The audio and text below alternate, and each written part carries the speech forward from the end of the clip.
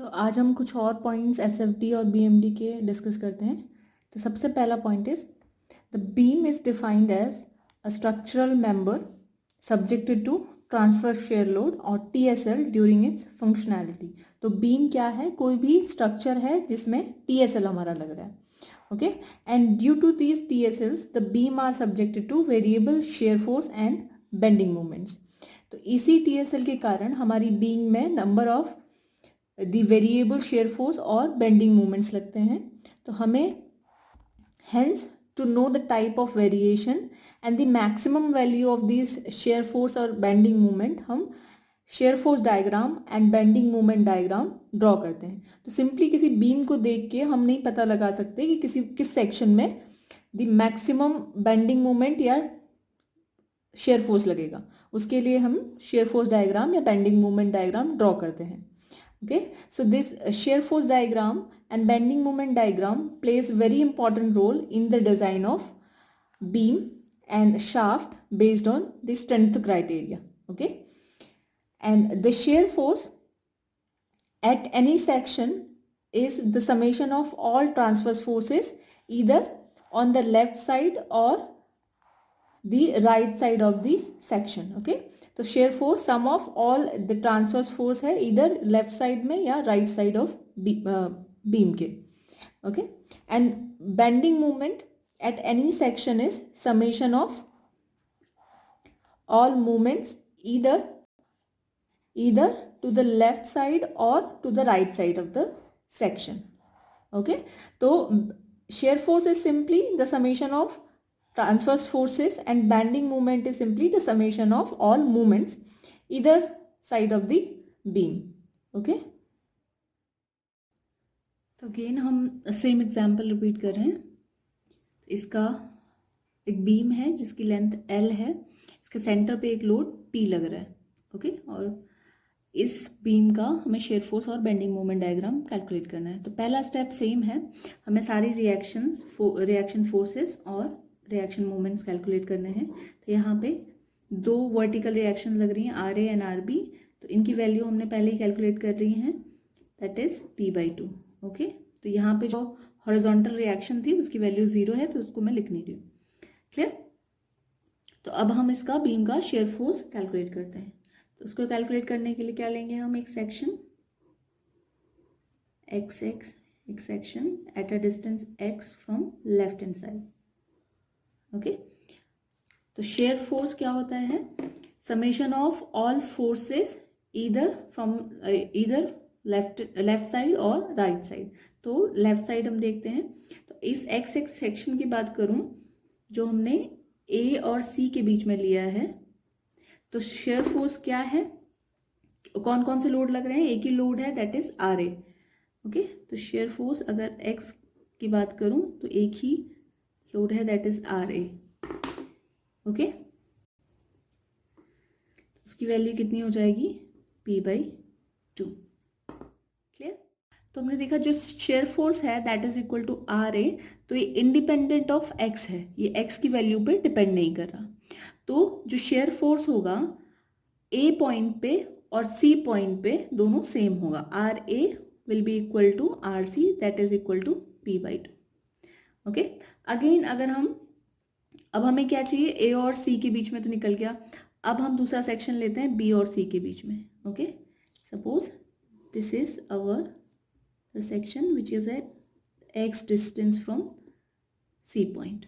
Okay, तो अगर अब हम देखें इसके लेफ्ट हैंड साइड फोर्सेस तो क्या होंगी?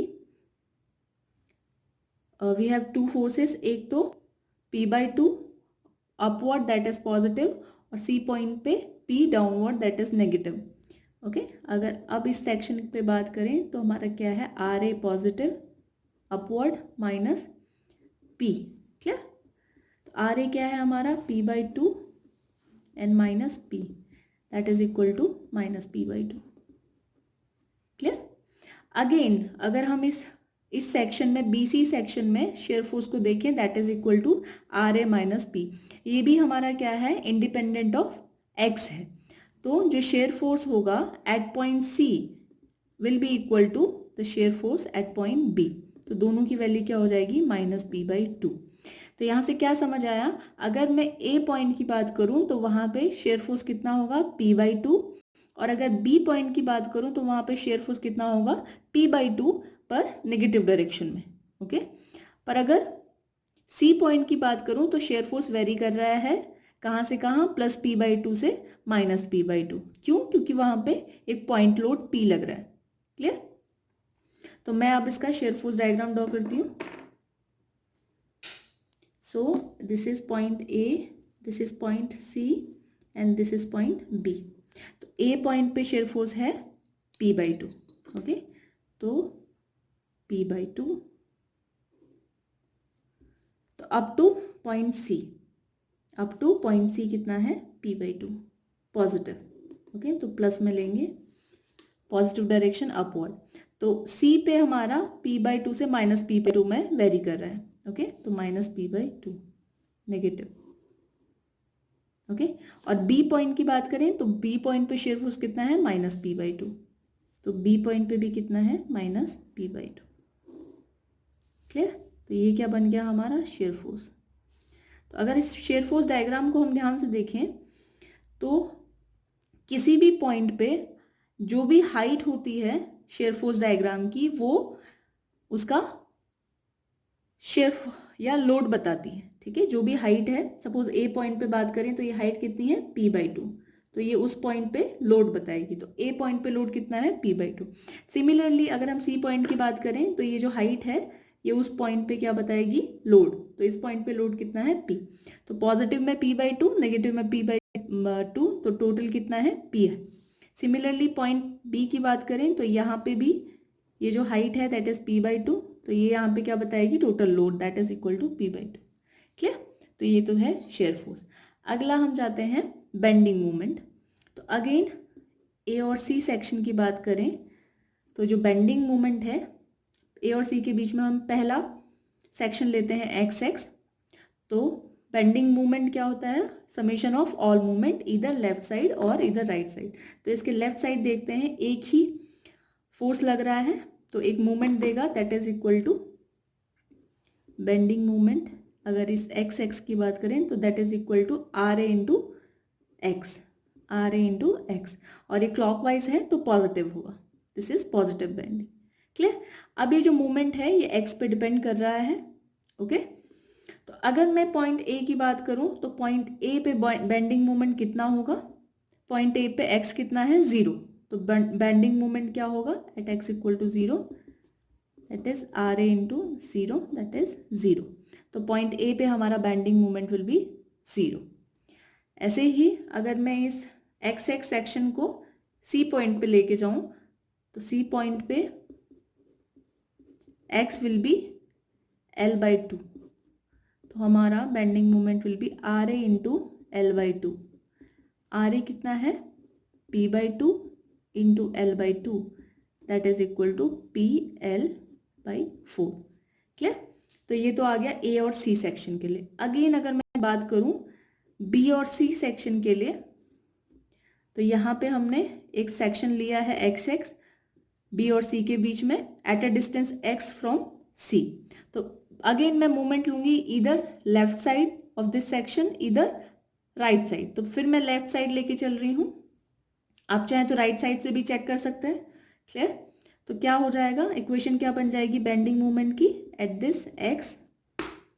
अब देखो तो कितने लोड है लेफ्ट साइड में, कितने मोमेंट है, सॉरी, दैट इज RA, पहला इस लोड के कारण, दूसरा इस लोड के कारण, दो मोमेंट आएंगे। ओके, तो पहला मोमेंट क्या होगा, RA क्लॉकवाइज है तो पॉजिटिव RA प्लस ये डिस्टेंस कितनी है, L/2 plus x. Clear, L/2 plus x. दूसरा आपका due to this point load P जो कि काउंटर क्लॉकवाइज है तो counter clockwise negative, -P into x, इस सेक्शन से x डिस्टेंस पे तो x। क्लियर। तो ये इक्वेशन आ गई बेंडिंग मोमेंट की फॉर BC सेक्शन। क्लियर। तो अगर मैं bending moment at section C लूं, एट दिस सेक्शन C, तो x कितना होगा हमारा, x विल बी 0, इस सेक्शन पे x will B 0। RA is P/2, this is L/2 plus 0 minus P into 0. तो कितना हो जाएगा मोमेंट? PL/4. क्लियर? अगेन मैं B पॉइंट पे बात करूं तो B पॉइंट पे बेंडिंग मोमेंट X कितना होगा? ये X कितना हो जाएगा B पॉइंट पे? L/2. Clear? This is also L/2. तो this will be P/2 L/2 इस इक्वेशन पे रखेंगे plus L/2 minus P into L/2. Okay, so this is L/2 plus L/2 is L, so this will be PL/2 minus PL/2 that is equal to 0. तो इसका मतलब क्या है? B point पे bending moment कितना हो गया? 0. A पॉइंट पे भी हमारा बेंडिंग मोमेंट कितना है? 0. C पॉइंट पे बात करें तो बेंडिंग मोमेंट कितना आया? PL/4.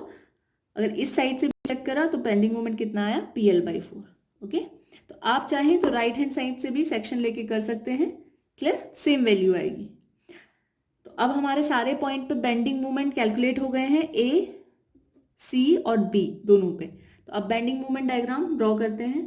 This is A, this is C and this is B. A और B पॉइंट पे हमारा बेंडिंग मोमेंट कितना है? 0. और C पॉइंट पे कितना है? PL/4 positive. ओके, तो पॉजिटिव हम क्या लेंगे? ऊपर की डायरेक्शन में. तो ये क्या है? लीनियरली आपका इंक्रीज हो रहा है. तो कुछ इस तरीके से बनेगा.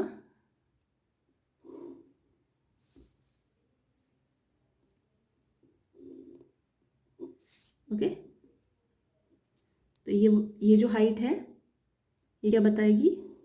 Bending moment at this point which is equal to PL/4.